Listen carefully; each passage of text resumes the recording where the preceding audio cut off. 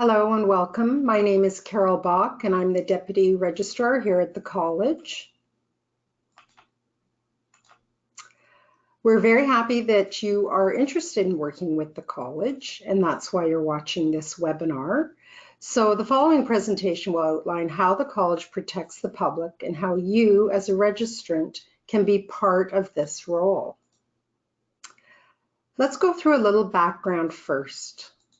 So CastlePo essentially is the council, and the council is the decision-making body. Staff, like myself, implement the decisions. So let's just talk a little bit about the council. It's made up of 18 members. There's 8 to 9 elected registered professionals. There's 6 to 7 public members that are appointed by the Ontario government.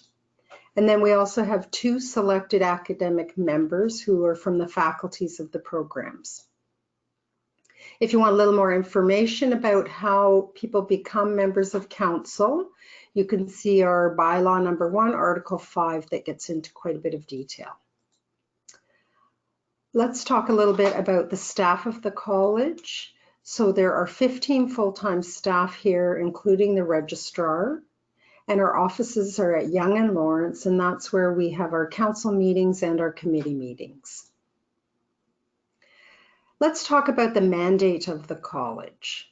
So the mandate is simply stated that we regulate audiologists and speech-language pathologists in the public interest. But what does this mean? It's often a confusing phrase.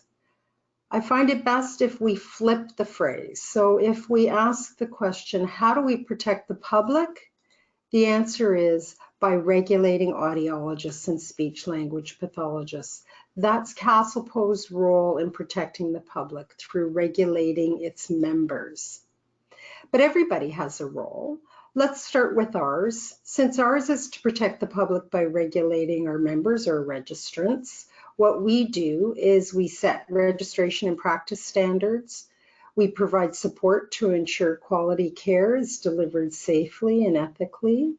We remediate if practice standards aren't met. And then we restrict or deny practice for those who cannot be remediated. And finally, we inform the public that our professionals are regulated and just what that means. So everybody has a role, including associations. The association's role in protecting the public is to advocate for services, to promote the professions to the public, and to provide continuing education in order to raise the quality of practice.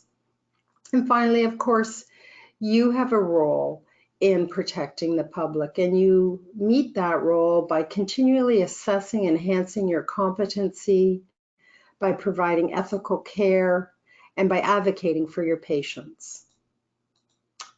All right, I'd like to talk a little bit about the core functions of the college.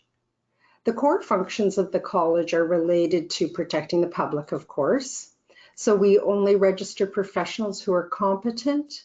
We ensure members know and meet standards of practice. We provide a means for the public to inform the college when a professional doesn't meet the standards, and we effectively address situations where professionals don't meet the standards. So those are our core functions. And in fact, in the RHPA, there's a section called the procedural code that the college must follow. And the code specifies that we perform these core functions and that there be a specific committee corresponding for each core function. These committees are referred to as statutory committees. They're mandatory for the college to have, and here they are. So we have an executive committee, registration, quality assurance, inquiries, complaints, and reports, discipline, fitness to practice, and patient relations. In addition, we have 2 more committees that were identified to perform key functions, and those are the Finance Committee and the Practice Matters Committee. Again, if you'd like to know more about these CastlePo committees as you're considering various roles for the college, have a look on our website under Who We Are, under Committees, and you'll see a listing of each committee and what their role is. Because we are an organization, we have other responsibilities as a college, and those are often referred to as fiduciary duties. And by that we mean, in essence, the council members must always act honestly and in good faith with the best interests of the organization in mind. So, for example, identifying and declaring conflict of interest is an important facet of this. Because of these fiduciary duties, decisions of the council must ensure that the organization is financially stable, core functions are not at risk, the strategic plan is monitored. So given those decisions, the activities of the council include things like maintaining confidentiality, approving the budget, ensuring identified risks to the college are mitigated, evaluating the registrar, approving policies and procedures related to how the college runs. To find out more about how the college operates, please review the CASPO's Guide to Governance Principles and Practices, which you'll find on our website under Registrants and Working with the College. You'll see it right here. Now let's talk more about your role when working with the college.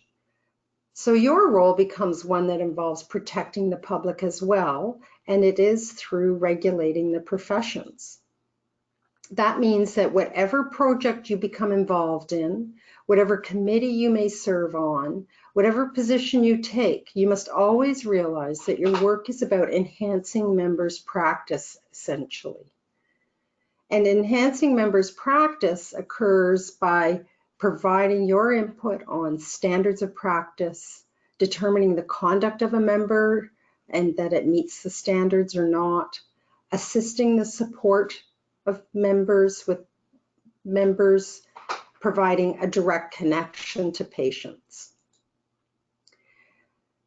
It's worth discussing also what working with the college does not involve. So working with the college does not involve advocating for services, determining or evaluating service delivery models, or any other activity that doesn't relate directly to how the professions are regulated.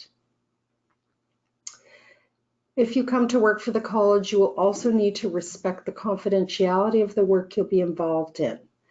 That includes confidentiality around registrants, as well as discussions you may engage in while developing policies, resources, or standards. In essence, when you come to work for the college, you have to take your professional hat off and put your regulator hat on. Why, you might ask? Well, that's because CASPO's role, as you know, is to protect the public, but also to ensure the public has confidence in the professions and the care they provide. I want to thank you for participating in this presentation. I hope it's given you some good background information so that if you do play a role with CASPO, you understand what that role will be about. If you have feedback as well about this presentation or any of the presentations in this section of Working with the College, please have a look on our website. Under Registrants and Working with the College, you'll see a feedback survey, and we'd be happy to receive any feedback you have. Thank you.